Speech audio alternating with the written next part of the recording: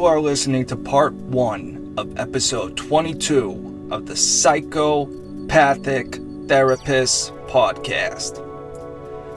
I am your psychotic host, Malcolm Clancy, and as always, I will be mentally dissected by everyone's favorite licensed psychotherapist, Dr. Bob. I'm trying something a little new with this first part. Parts 1 and 2 are pretty much joined at the hip. I explain the demons in my life. But I'm trying to make part 1 a little short just to give new listeners, old listeners, everyone just a quick feel for what the episode will be about. And we usually go over the agenda of the items we're going to discuss throughout the rest of the episode. So if there are other parts that sound interesting to y'all, feel free to click ahead, but otherwise I hope you enjoy part 1 of this psychotherapist podcast featuring real-life psychotherapy sessions. We're all about promoting that mental health, that positivity, and just keeping it real. So we hope you all enjoy. Peace out, God bless, and be well.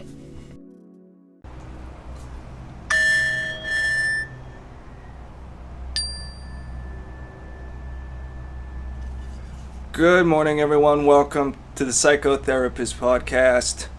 Malcolm Clancy here. Dr. Bob, how are you today, sir? Good morning, Malcolm. Very nice to start out with a couple of pleasing sounds.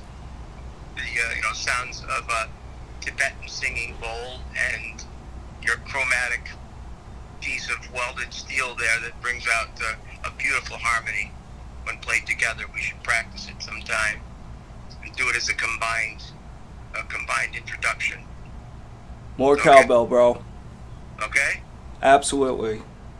So, I'll take our audience through the agenda we set up off mic real quick. Okay. So the first thing, I was thinking about moving to a different location. I have thoughts for and against, but we can get into that. The second item is we're going to talk about some strategies we've had for our podcast and expanding our audience. And we're also going to discuss socialization sort of in 2021. Dr. Bob has some interesting studies, and there's sort of a broader theme we might want to explore in this podcast about a decline in male friendships. But those are kind of the 3 big ones. Dr. Bob has some terms, but we'll see how we do on time. So, sound good to you? Yes. Let me mention that keeping in mind that we cover a lot of turf, and I try to keep in line with some of your objectives and goals as I look stuff up and prepare my stuff for the podcast. So the theme often being social issues and socialization and those kinds of things, social anxiety. Much of the material I pull up is related to that. So I just wanted to get that out of the way, okay? Yeah, for sure. I have some recent studies that are very interesting. But the bombshell is you moving out, and I was not expecting that at all this week. So where did that come from? So I would say, as I was explaining to Hermione the other day, there were 3 strikes, I think, this week that kind of set me off. Okay. Number 1, are you familiar with what a deposition is? Yeah, I am. To our audience, if you're an attorney, it's when you sit down with a witness. It can be your witness, the other witness. A lot of times they're recorded. Nowadays, especially since the pandemic, they have been on Zoom calls, and they're supposed to be kind of like important, formal, whatever things. Yes. And so Buchenwald had one of those going on. She was in a separate room, door closed, doing her thing. And I think I have just blocked out whatever the source of the problem was at that time. But because I was probably trying to work myself and whatever. But the level of screaming and psycho pettiness and whatever that just I'm sure the whole neighborhood can hear at this point. If you're gonna disrespect someone, if you're gonna disrespect Buchenwald when she's doing that serious a thing, Mm-hmm. and for all you know, that thing is recorded. So you can only just imagine, like, so Mr. Witness, where were you on